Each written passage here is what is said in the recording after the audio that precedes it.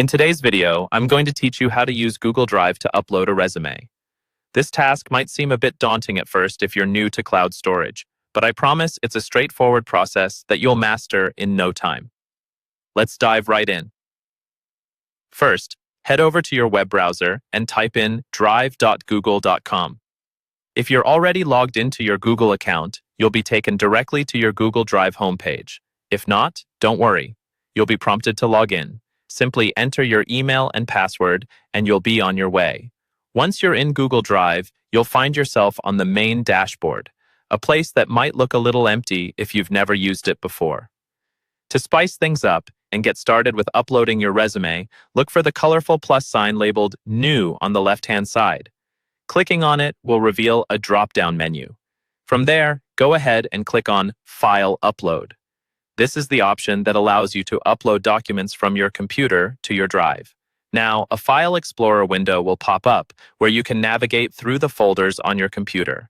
Take some time to locate your resume file. Don't rush. It's more important to select the correct file. Once you've found it, click it to select and then hit Open. Voila, you've started the upload process. You'll see an icon at the bottom right of your screen indicating the progress of your upload.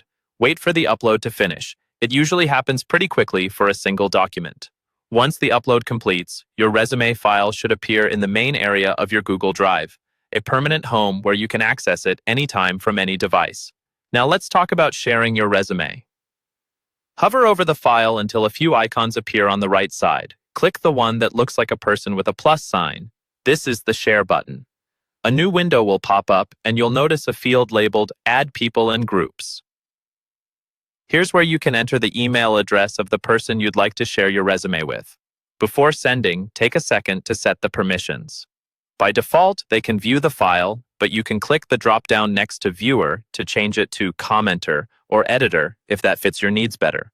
Once you're happy with the settings, click Send. And there you have it. You've successfully uploaded and shared your resume using Google Drive. This efficient method ensures your files are easily accessible and securely stored. Thanks for watching, and I hope this guide empowers you to tackle more tasks with Google Drive in the future.